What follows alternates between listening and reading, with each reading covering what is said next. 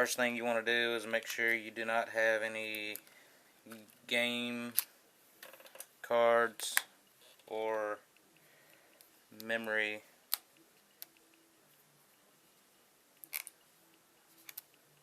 so go ahead and remove them, set them to the side.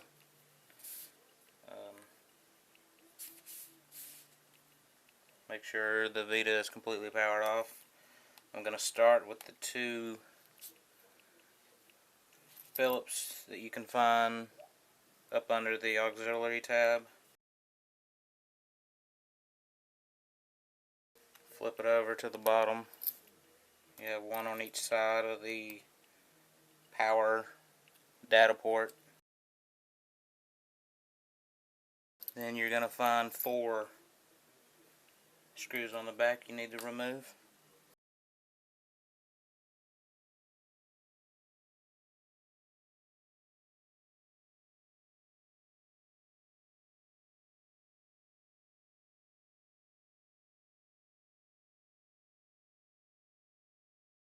After you've removed them, you can go up top by the power button, slowly press it in, or by the volume, then by the power.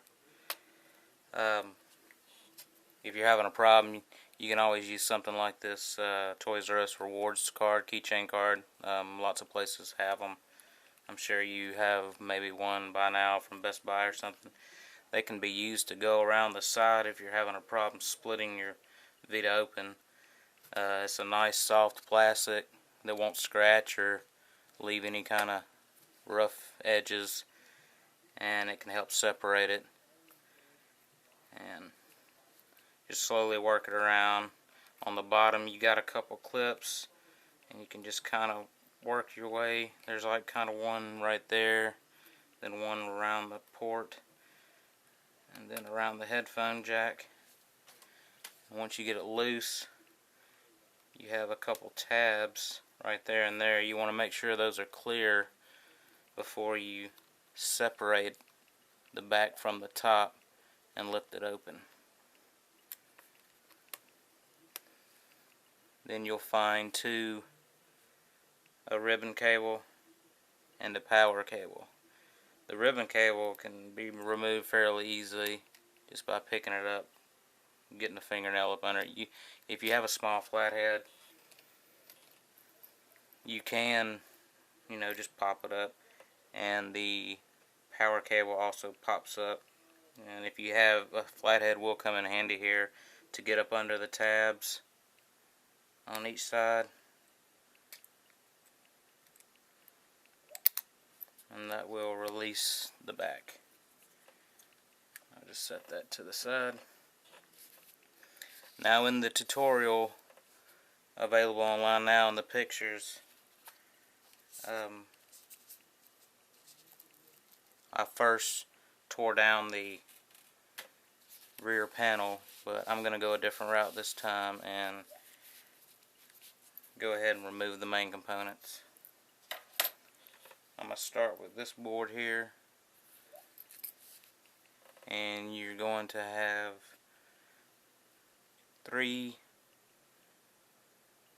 tabs, one there, there, and there. Or no, hold on, we need to remove the trigger buttons. First you need to pull these little clips out. They're released pretty easily, and your trigger buttons will come right out. Now that you got that out of the way, we can release the ribbon cables for the trigger, your main ribbon cable for the your XO square, blah blah blah, start select. To release them, you can just fold up that little clip, or the little black deal. It just folds open like a door.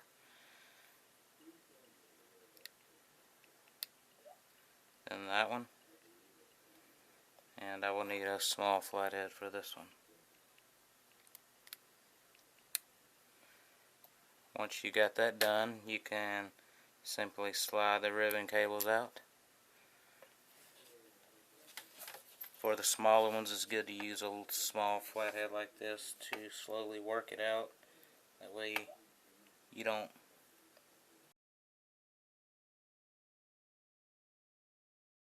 after you've released them, you can remove the two blue screws that connect the two boards.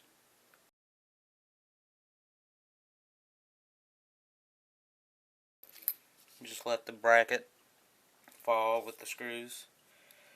Then you're going to have a kind of a retaining clip here and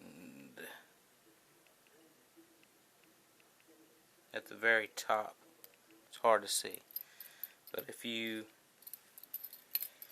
move this black clip back just enough, you can pop the board out.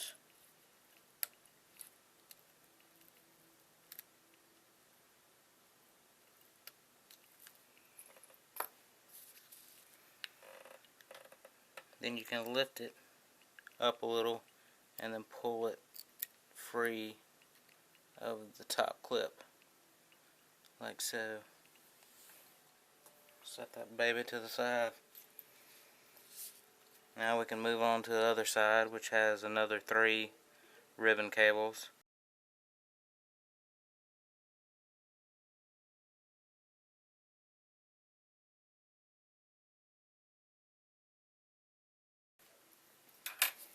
Now you have 6 screws to remove. You got 2 on the top with the little metal bracket, and you have these 4 here with the metal bracket.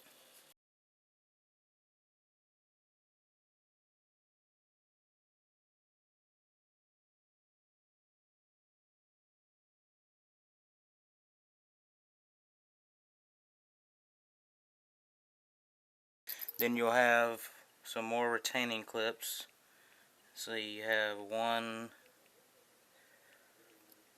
where is it at? You have one there, and then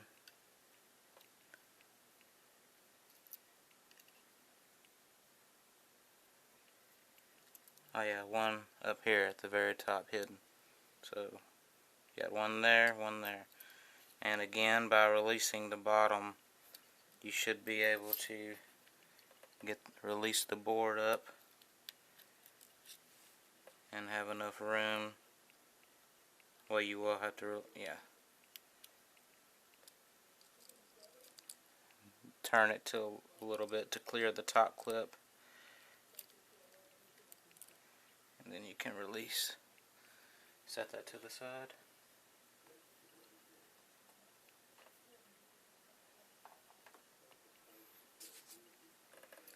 Okay, now we're going to remove the top bezel. You're going to find a clip over here and over here.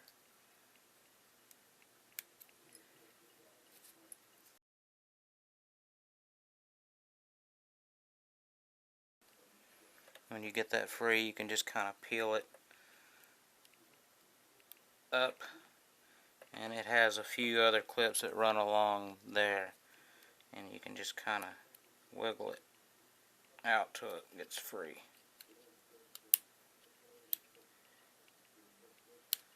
Just take your time and don't get crazy,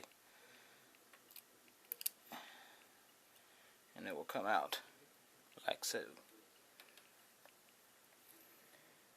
Next, you want to go ahead and move your little rear facing camera lens out of the way.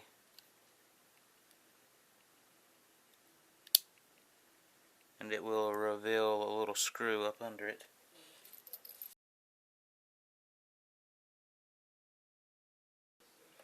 And this will release the assembly that holds the camera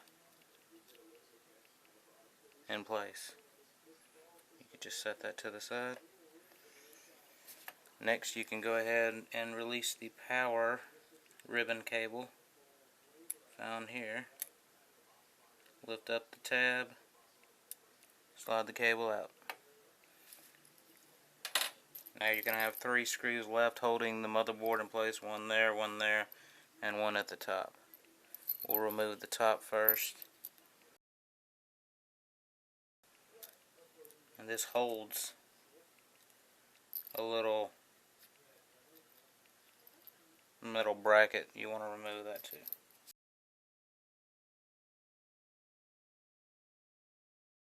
You're going to have the tabs that hold the motherboard in. You'll find one there, there, and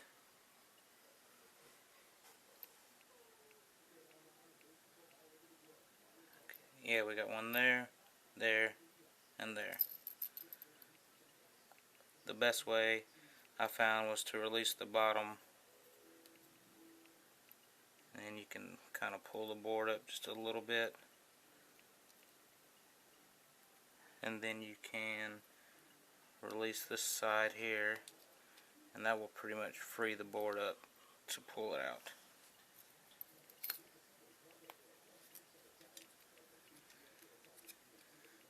Now as you pull it out, you have the front facing camera that kind of just lays in place, so just make sure it don't get snagged up on anything. And then you get the OLED ribbon cable, and it has a little tab, and you can just pull it and release, and it's just basically a bigger connector, or a bigger version of the rear touch panel cable, so it just slides in and slides out. Now the rest is pretty much simple, so I'm not going to waste your time and go through it. If you want to remove the button assembly, it easily just is held in by guide pins, and you can pretty much easily remove it along with the buttons. And it's the same on each side. To remove the analog, you just have 2 screws on each side, and pretty much the analog controller will fall out.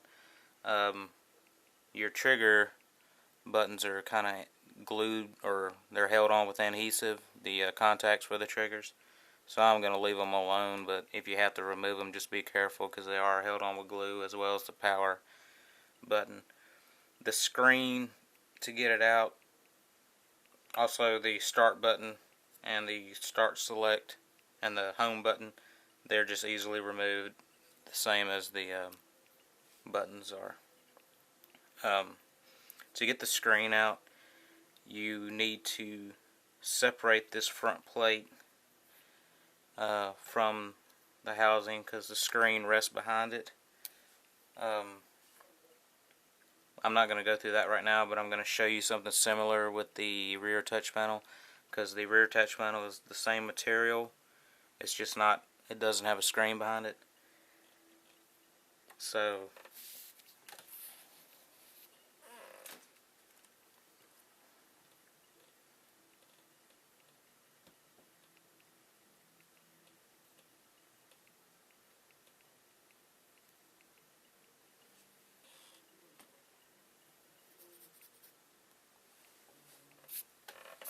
we'll do that next.